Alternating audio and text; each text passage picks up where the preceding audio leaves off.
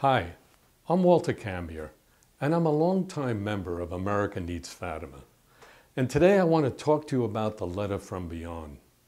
I remember how impressed I was the first time I heard this story, and I feel like Our Lady prompted me to pass it along to you. The letter from beyond is a story of a woman who was damned in hell and came back to tell her friend about it. It's a true story that carries the approval in 1953 from the Diocese of Treves, Germany. Now remember, the Blessed Mother appeared in Fatima in 1917, and when she did, the Church taught in great depth about the existence of hell and why poor sinners go there. And the majority of the Catholics in that time believed in hell, but unfortunately not so today. And I believe Our Lady's message in Fatima about hell was meant for us living in this century. Why? Because unfortunately, many people today, and sadly, so many priests and bishops don't preach about hell, which gives the impression to a lot of Catholics that hell doesn't even exist anymore. You see, in this century, we have fallen into so much moral relativism and the denial of truth that it affords us the opportunity to be thought that way. So to counter this mentality, on the third apparition, Our Lady of Fatima opened up the earth to reveal hell, to impress upon the souls of the three seers, the youngest being only 7 years old, about the horrors of hell and the poor sinners that go there. She actually showed sinners in hell. And Our Lady wanted to convey this to us, that hell not only exists, but it's a dogma of our faith. And we cannot deny the existence of hell without falling into heresy. Now, the Catholic Church teaches us that one unconfessed mortal sin can lead us to damnation. And dear friends, eternity is no joke. So permit me to give a little analogy I once heard of how long eternity is. You can imagine an ant that takes a grain of sand from your state and travels all the way across our country and deposits that grain of sand in another state. Then the ant waits 100 years and repeats what it did before. Now, by the time all of the grain of sand from your state is in the other state, imagine, eternity hasn't even begun. And I remember once reading a remark from a saint. He stated that if there was a clock in hell, it would not make the sound of tick-tock like our clocks do. It would instead, when that pendulum swayed back and forth, there would be a mocking devil shouting, "Forever, never, forever, never, forever, never." An erroneous concept of mercy has spread today, claiming that God is all mercy. No doubt, God does have mercy. But the fact is, He also is just. And to clarify this incorrect belief, I would just like to affirm with you today that God has an arm of mercy and an arm of justice. Now, His arm of mercy only goes so far. After that, His justice has to come. So He created Our Lady to extend His arm of mercy. And I believe the Fatima message was an example of that extension of mercy that God was giving to mankind in 1917. So my dear friends, I truly want to see all of you in heaven someday. And to help all of us to get there, I want to encourage you never to lose the sight of the fact that hell does exist. And if we're not careful, we can end up there. And if we fail to understand the moral relativism in our century, then that could lead us there. This is the reason why I prepared this presentation for you. It's not meant to scare you, although it is scary. But I believe it'll help us to realize that hell does exist, and the best way to avoid hell is to realize it's there and it does exist.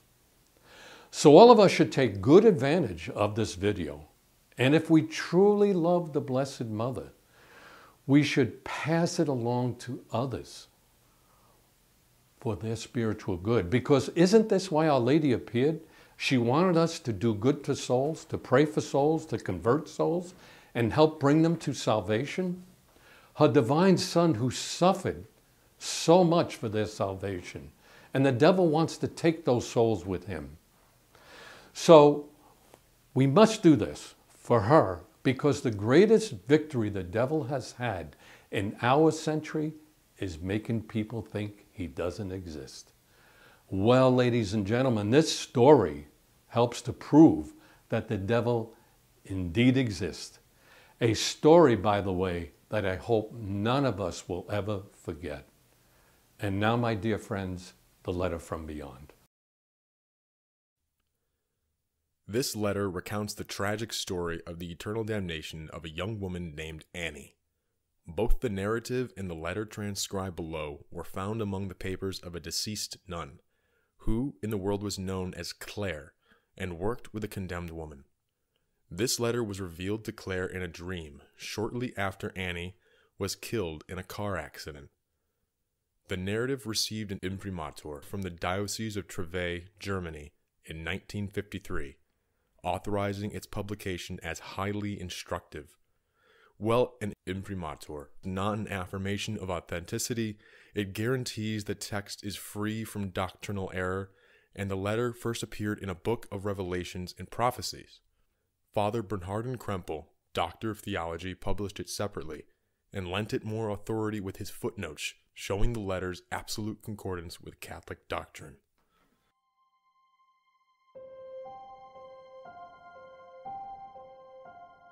I had a friend. That is, we shared a mutual closeness as friends and neighbors while we worked in the same office. Later, when Annie got married, I never saw her again. From the moment we met, we had between us more amiability than real friendship. So when she moved to the elegant neighborhood of villas far from my home after her marriage, I didn't miss her very much. In mid-September of 1937, while I was vacationing at Lake Garda, my mother wrote to me, "Imagine, Annie N. died. She lost her life in an automobile accident. She was buried yesterday in the cemetery of Woodstock." The news shocked me. I knew that Annie had never been truly religious. Was she prepared when God suddenly called her? The next morning, I attended Holy Mass, which was said for her, in the chapel of the nuns' boarding house where I stayed. I prayed fervently for her eternal repose and also offered my Holy Communion for that intention. I felt increasingly ill at ease throughout the day, and that night I slept restlessly. I awoke suddenly, hearing something like the door of my room being shaken. As I turned the light on, the clock on my nightstand showed 10 minutes after midnight. I could see nothing. The house was silent. The waves of Lake Garda could be heard breaking monotonously on the wall of the boarding house garden. I did not hear the wind at all. Still, on waking, I had had the impression of having heard something else besides the door shaking. It was a sound similar to when my former boss ill-naturedly tossed a letter on my desk. Swish, thump. I considered for a moment whether or not I should get up. It was nothing but a figment of my imagination, brought on by the news of her death, I assured myself. Rolling over, I prayed a few Our Fathers for the souls in purgatory and again fell asleep. I then dreamed that I rose at 6 o'clock to go to the chapel. On opening the door to my room, I stepped on a parcel containing the pages of a letter. Picking it up, I recognized Annie's handwriting. I screamed, trembling as I held the pages in my hands. I must confess, so shaken that I could not even utter an Our Father. I was almost suffocating. There was nothing better to do than flee that spot and go into the open air. I hastily arranged my hair, put the letter in my purse, and rushed from the house. Outside, I followed a winding path up through the hills, passing olive and laurel trees and the neighboring farms, and going beyond the renowned Gardesana Highway. The morning broke radiantly. On other days, I would stop every 100 paces, enchanted by the magnificent view of the lake and Garda Island. The soft blue of the water refreshed me, like a child admiringly gazing at her grandfather. I would gaze upon ashen-colored Mount Baldo, rising 7,200 feet above the opposite shore of the lake. That day, however, I did not have eyes for any of that. After walking a quarter of an hour, I mechanically let myself sink to the bank and leaned against 2 cypress trees where the day before I had taken such pleasure in reading The Damsel Teresa. For the first time, I regarded the cypress trees as symbols of death, something I had taken no notice of in the South, where the trees are common. I took up the letter. It lacked a signature, but it was, beyond a doubt, in Annie's handwriting. There was no mistaking the large S, nor the French T that used to irritate Mr. G at the office. The style was not hers, at least not her usual style of speaking. She conversed and laughed so amiably, with her blue eyes and her graceful nose. Only when we discussed religious topics did she become sarcastic and fall into a rude tone like that in the letter, whose agitated cadence I now entered. Claire, do not pray for me. I am damned. As I tell you this and relate to you certain circumstances and details about my condemnation, do not think that I do so out of friendship. Here we no longer love anyone. I do it as a part of the power that always desires evil, but always produces good. In truth, I would like to see you here, where I will remain forever. Do not be surprised at my intent. Here we all think the same way. Our will is petrified in evil, in what you call evil.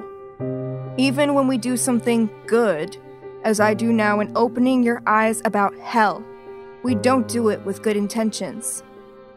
Remember that we knew each other for 4 years in M. You were 23 and had already worked in the office for 6 months when I arrived. You kept me out of trouble many times, and frequently gave me good advice when I worked as your trainee. But what is that which is referred to as good? At the time I praised your charity. Ridiculous. Your help arose from pure vainglory, as I had already suspected. Here we don't acknowledge good in anyone. You knew me in my youth, but I will fill in certain details. According to my parents' plans, I should never have existed. In their carelessness, I was conceived in disgrace. When I came into the light, my 2 sisters were already 14 and 15 years of age. I wish that I had never been born. I wish I could annihilate myself at this moment and escape these torments. There could be no pleasure comparable to being able to end my existence, like a piece of clothing reduced to ashes. But I must exist. I must be as I have made myself, with the entire blame of my end upon my own shoulders. When my parents, still unmarried, moved from the countryside to the city, they drifted away from the church, and they kept company with people who had fallen away from the religion. Having met each other at a dance, they were obliged to get married 6 months later. During the wedding ceremony, a few drops of holy water fell upon them, just sufficient to draw my mother to Sunday Mass a few times a year. She never taught me to pray correctly. She wore herself out in daily concerns, even when her situation was not difficult. It is only with deep repugnance and an unspeakable disgust that I write words such as pray, Mass, holy water, and church. I profoundly detest those who go to church, as well as everyone and everything in general. For us, everything is a torment. Everything we come to understand as death, every recollection of life and of what we know becomes a burning flame. And all of these memories serve to show us the horrible aspect of the graces we rejected. How this torments us. We do not eat, we do not sleep, nor do we walk with our legs. Being spiritually enchained, we reprobates gaze in terror at our misspent lives, howling and gnashing our teeth, tormented and filled with hatred. Are you listening? Here we drink hatred as if it were water. We all hate one another. More than anything else, we hate God. I will try to make you understand how this is. The blessed in heaven must necessarily love God, for they constantly behold him in his awe-inspiring beauty. That makes them ineffably happy. We know this, and the knowledge infuriates us. On earth, men know God through creation and revelation and are able to love him, but they are not forced to do so. The believer, I say this seething, who contemplates and meditates upon Christ stretched upon the cross, will love him. But the soul, whom God approaches and surrounds and rejects as avenger and judge, that soul hates God as we hate him. This soul hates him with all the strength of its perverse will. It hates him eternally, in virtue of the deliberate resolution to reject God in which it ended its earthly life. This perverse act of the will can never be rescinded, nor would we ever want to do so. Do you now understand why hell must be eternal? It is because our obstinacy never diminishes and never ends. Being compelled to do so, I added that God is still merciful towards you.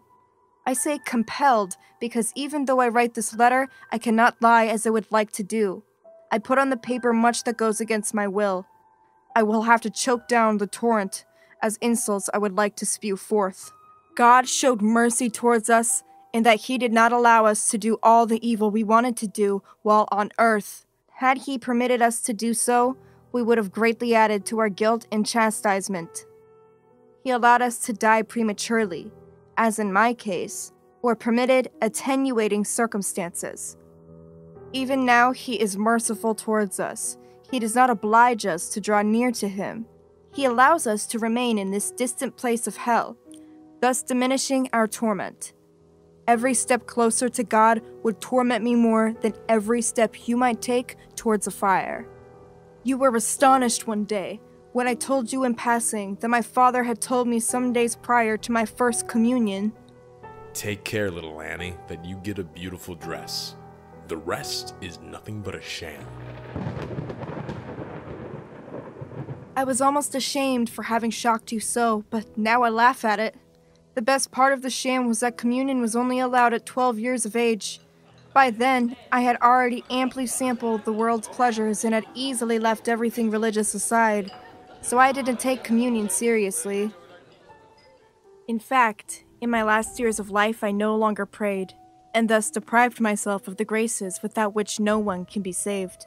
Here we no longer receive any graces at all. Even if we did receive a grace, we would reject it with disdain. All the vacillations of earthly life end in the beyond. In earthly life, man can pass from a state of sin to a state of grace. From grace, he can fall into sin. I often fell out of weakness, rarely out of malice. With death, this inconstant yes and no, this rising and falling comes to an end. Through death, every individual enters into his final state, fixed and unalterable. As one advances in age, these rises and falls become smaller. True, until one dies, one can either convert or turn one's back upon God. In death, however, one decides mechanically, with the last tremors of his will, in the same way he did throughout his life. A good or bad habit becomes second nature, and this is what moves a person one way or another in his final moments. So it was with me. For years I had lived apart from God. Consequently, when I received that final call of grace, I decided against him. It was fatal, not because I had sinned so many times, but rather because I had so often refused to repent and amend my life. He repeatedly admonished me to hear sermons and to read pious books, but I regularly excused myself, citing a lack of time. Could I have done anything more to increase my inner uncertainty? By the time I reached this critical point, shortly before I left the Association of Young Ladies, it would have been difficult for me to follow any other path. I felt unhappy and insecure. I had erected a huge wall against my conversion, which you must not have perceived. You must have thought my conversion easy, when once you said to me, "Annie, make a good confession, and everything will be all right." I suspected that what you said was true, but the world, the flesh, and the devil already had me securely in their clutches, such as I was then. I never believed in the actions of the devil, but now I attest that the devil powerfully influences people such as I was then. Only many prayers on the part of others and my own prayers, together with sacrifices and sufferings, would have managed to wrench me away from him, and this only slowly. There are very few people who are physically possessed, but many who are possessed interiorly. The devil cannot suppress the free will of those who give themselves over to his influence, yet, as a chastisement for the person's almost total apostasy, God permits the person to be dominated by evil. Although I hate the devil, I like him because he and his helpers, the angels that fell with him at the beginning of time, strive to cause the loss of the people on earth. There are myriad demons. Uncountable numbers of them wander through the world like a swarm of flies, without their presence even being suspected. It does not fall to us who have been condemned to tempt you. This is left to the fallen spirits. Our torments increase every time they bring another soul to hell, but hatred is capable of anything. Even though I trod tortuous byways, God sought me out. I prepared for the way for grace by means of works for natural charity I often did by the natural inclination of my character. At times, too, God beckoned me to a church. When, despite work at the office during the day, I took care of my sick mother, no small sacrifice for me, I strongly felt these attractions of God. Once, in the hospital chapel where you used to take me during our free time at midday, I was so moved that I found myself but one step away from conversion, and I cried. The pleasures of the world, however, flowed over this grace like a torrent. The thorns choked out the wheat, rationalizing that religion is sentimentalism. According to the manner it was discussed in the office, I cast this grace to the ground like so many others. Once you reprimanded me because in church, rather than genuflecting, I made only a hasty nod of my head. You thought it was laziness, not suspecting that I already no longer believed in the presence of Christ in the blessed sacrament. I now believe it, though only naturally, in the manner that one believes in a storm, the signs and effects of which one perceives. In the interim, I had arranged a religion for myself. The general opinion in the office that after death souls would return to the world in other beings and would pass through yet other beings in an endless succession pleased me. With this, I banished the distressing problem of the hereafter to the point that it no longer troubled me. Why did you not remind me of the parable of the rich man and poor Lazarus, in which the narrator, Christ, immediately after their death, sent one to hell and the other to paradise? But what would this reminder have accomplished? Nothing more than your pious advice. Bit by bit, I found a God, one privileged enough to be called a God, and distant enough that I didn't have to deal with him. I was even confused enough to make of myself, at will and without changing my religion, a pantheistic God or even a proud deity. This God had neither a heaven to console me nor a hell to frighten me. I left him in peace. This is what my adoration of him consisted of. One easily believes in what one loves. With the passing of years, I became sufficiently convinced of my religion. I lived well with it, without its causing me any inconvenience. Only one thing would have been able to bring me to my senses, a profound and prolonged suffering. But this suffering never came. Do you now understand that whom God loves, God chastises? The Association of Young Ladies organized an outing one July day. Yes, I liked those outings, but not the sweetly pious women who went on them. Recently an image far different from that one of Our Lady of Graces had been placed upon the altar of my heart. Besides that of Our Lady, there stood the gentlemanly figure of Max N., who worked on the warehouse. A short time prior to this, we had conversed several times. On this occasion, he asked me out on the very Sunday of the ladies' outing. Another woman whom he had been dating was in the hospital. He noticed, of course, that I had my eyes on him, but I had never thought of marrying him. He was well-to-do, but too friendly toward any and every young lady. Up to that time, I had wanted a man who belonged to me alone, and I alone to him. Thus, I had always kept a certain distance. This is true. There was something noble about Annie, notwithstanding all her religious indifference. It astonishes me that honest people are also capable of falling into hell if they are dishonest enough to flee from encountering God. Max heaped every kindness upon me on the day of that outing. Our conversation, of course, was certainly not that of your pious women.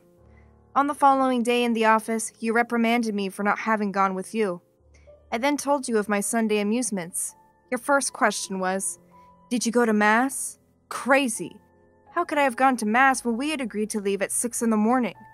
Do you still remember that I added excitedly, "The good God is not so mean as your little priests"?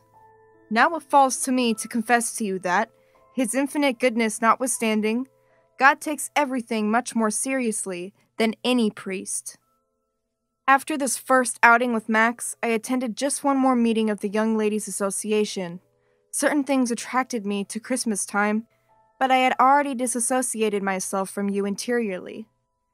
Movies, dances, and outings followed. At times Max and I argued, but I knew how to keep him interested in me. My rival, upon being released from the hospital, was furious, and I found her very disagreeable. Her anger worked in my favor, though, for my discreet calm made a great impression upon Max and, ultimately, led him to choose me over her. I knew just how to denigrate her. I would speak calmly, seeming to be entirely objective, but spewing venom from within. Sentiments and insinuations such as these rapidly lead one to hell. They are diabolical in the true sense of the word. Why am I telling you this? To show you how I came to separate myself entirely from God. To be so distant from God, it was not necessary to be entirely familiar with Max. I knew that if I lowered myself to that before the time, he would look down on me, so I restrained myself and refused. In truth, I was ready to do anything I thought useful. Determined to win Max, I would stop at nothing. Little by little we fell in love, for both of us possessed estimable qualities that we could mutually appreciate. I was talented and made of myself an able conversationalist, and so I eventually had Max in my hands, assured that I alone possessed him, at least in those last months before our wedding. This is what constituted my apostasy from God. I made a mere creature into my God. In no other way is this more fully realized than in the relationship between two creatures of the opposite sex. Love is stifled in the matter. This becomes the allure, the sting, the venom of the object that is loved. The adoration I rendered Max became an ardent religion. At this stage of my life, I would hypocritically run off to church during the office lunch hour, to the good-for-nothing priests, the mumbling of the rosary, and other foolishness. You strove to encourage this with some intelligence, but apparently without suspecting that, in final analysis, I no longer had anything to do with these things. I sought only to set my conscience at ease. I still needed that, in order to justify my apostasy. In the depths of my soul, I lived in revolt against God. You did not perceive that. You always thought I was still Catholic. I wanted to be seen as such, even go so far as giving a donation to the church, thinking that a little bit of insurance couldn't hurt. As certain as you were about your answers, they always went in one ear and out the other. I was sure that you could not be right. Taking into consideration our strained relationship, when my marriage put some distance between us, the pain of our separation was slight. I went to confession and Holy Communion one more time before my wedding, but it was a mere formality. My husband felt the same way. But why not? We fulfilled those formalities just like any others. You would call that unworthy, but after that unworthy communion, I had greater peace of mind. It was the last of my life. Our married life was generally harmonious. We had the same opinion on just about everything. That included our shared opinion regarding children. We didn't want the burden. Deep down, my husband wanted one, naturally, but no more. Ultimately, I was able to banish the idea. I preferred fine clothing and furniture, tea with the ladies, riding in our car, and like amusements. There passed a year of earthly pleasures from our wedding day until my sudden death. Every Sunday we went for a drive or visited my husband's relatives. I was ashamed of mine. My husband's relatives, like us, swam well on the surface of life. Inside, however, I never felt truly happy. Something always gnawed at my soul. I hoped that death, certainly far in the future, would end everything. When still a child, I once heard in a sermon that God rewards the good one does. If he cannot do this in the next life, he will do it on earth. Thus, without my expecting it, I received an inheritance from my aunt, and my husband had the good fortune of seeing his salary raised considerably. With this, we were able to decorate our new house very well. My religion was in its last agony, the daylight's last glimmer in the distant sky. The clubs and cafes of the city and the restaurants where we ate when traveling did not draw us any closer to God. Everyone who frequented them lived as we did, concerned about externals, not essences or things of the soul. While on vacation, we visited a famous cathedral, seeking only to savor the artistic value of the masterpieces it contained. I counteracted the religious air it radiated, chiefly that of the Middle Ages, seizing every opportunity for ridicule. Thus, I criticized a lay brother who served as our guide for being a bit unkempt and awkward. I criticized the trade of the pious monks who made and sold liqueur. I disparaged the eternal pealing of the bells, calling people to churches that care only for money. I was thereby able to reject every grace that came knocking at my door. In particular, I let my ill humor flow profusely over every old depiction of hell in books, cemeteries, and elsewhere, showing devils roasting souls in red or yellow fire, while their long-tailed associates continually bring more victims. Claire, while hell might be poorly drawn, it can never be exaggerated. Above all, I always scoffed at the fire of hell. Do you recall our conversation on the fire of hell when I jokingly put a lit match under your nose and asked, "Does it smell like this?" You quickly blew out the match. That here the fire is never extinguished. Moreover, the fire of which the Bible speaks is not the torment of conscience. Fire means fire. One must understand our Lord's declaration in its literal sense. "Depart from me, ye accursed, into everlasting fire." Literally. One might ask how it is that the spirit can be affected by material fire.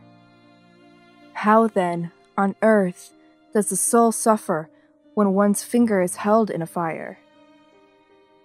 The soul itself does not burn, but what pain the whole person endures. In like manner, here we are imprisoned by the fire in our beings and faculties. Our souls are deprived of their natural movements. We can neither think nor want what we want. Do not try to comprehend in the mystery that, contrary to the laws of material nature, the fire of hell burns without consuming. Our greatest torment consists in knowing with certainty that we will never see God. Oh, everything which we purposely ignored on earth tortures us here. When the knife but lies on the table, it gives one only a cold feeling. One can see its keen edge, but not feel it. But the moment it enters one's flesh, he screams with pain. Before, we only saw the loss of God. Now we feel it. All souls do not suffer equally. The more frivolous, malicious, and determined someone is in sin, the more the loss of God weighs upon them, and the more torture he feels due to the creation he has abused. Catholics who are damned suffer more than those of other beliefs because, in general, they received more lights and graces without taking advantage of them. He who knows more suffers more than those who had lesser knowledge. He who sinned out of malice suffers more than those who fell from weakness. No one, however, suffers more than he deserves. Would that this were not true, so that I may have some reason to hate.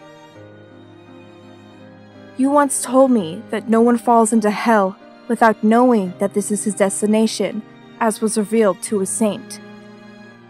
Though I laughed at that, I yet entrenched myself behind the thought that there was still time for me to convert. That is how I thought in my heart. What you said is true. Certainly, before my sudden end, I did not know hell as it truly is. No human being does. But of this I had no doubt. Were I to die, I would enter into eternity in a state of revolt against God, and I would suffer the consequences. As I already declared, I didn't turn back, but persevered along the same path, impelled by habit, whereby people act with greater deliberation and regularity as they grow older. My death occurred in the following way. A week ago, I speak to you in terms of the way in which you measure time. Judging by the pain I have endured, I should already have been burning in hell for 10 years. On a Sunday, my husband and I went for a drive, my last one. The day broke radiantly. I felt well, as I rarely did, but a sinister feeling came over me. On our way home, my husband and I were unexpectedly blinded by the lights of a car rapidly approaching from the opposite direction. My husband lost control of our car. "Jesus!" I shouted, not as a prayer, but as a scream. I felt a crushing pain, a trifle in comparison with my present pain. I then lost consciousness. Strange, on that very morning, the idea that I could, after all, go to Mass again came to me unexpectedly. It sounded to me like a supplication. Clear and determined, my "no" nipped the thought in the bud. I must finish with this once and for all, and I assumed all the consequences. And now I endure them. You know what happened after my death. The fate of my husband, my mother, of my body and my burial. All of this you know down to the last details, as do I through a natural intuition we have here. We have only a confused knowledge of what transpires in the world, but we know what closely concerned us. At the moment of my death, I awoke from darkness. I found myself suddenly enveloped by a blinded light. It was at the same place where my body lay. It seemed almost like a theater, where the lights suddenly go out, the curtain noisily opens, and a tragically illuminated scene appears. The scene of my life. I saw my soul as if in a mirror.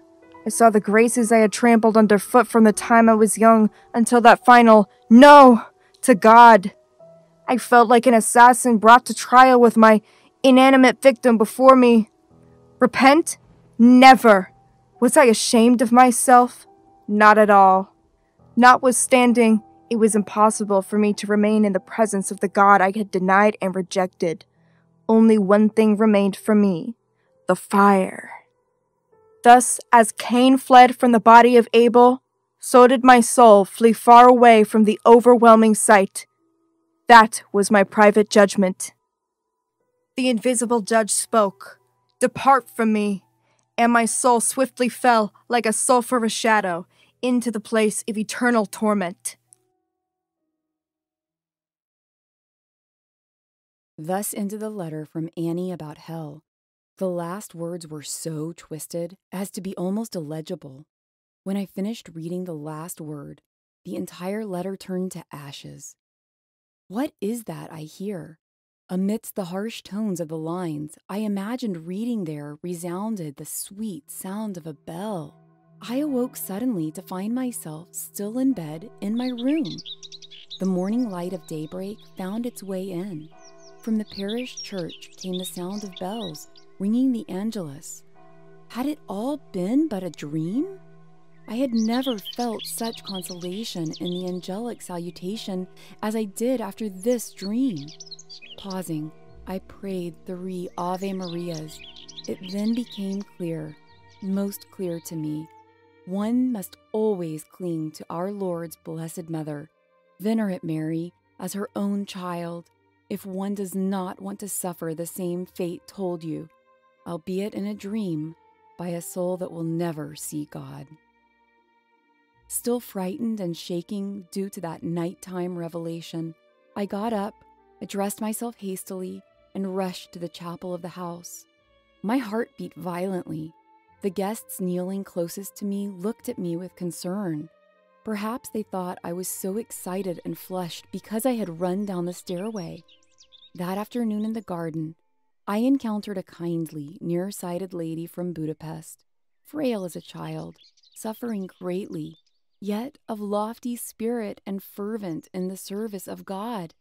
And she said to me, Miss, our Lord does not want to be served in haste. Let nothing distress you. You know the advice of St. Teresa. Let nothing alarm you. Everything passes. He who possesses God lacks nothing. God alone suffices. While she humbly whispered these words to me, she seemed to be reading my soul. God alone suffices. Yes, He has to be enough for me, in this life and in the next. I want to possess Him there one day, as numerous as may be the sacrifices I have to make here in order to triumph. I do not want to fall into hell. And thus ended Claire's story, presented to you by America Needs Fatima.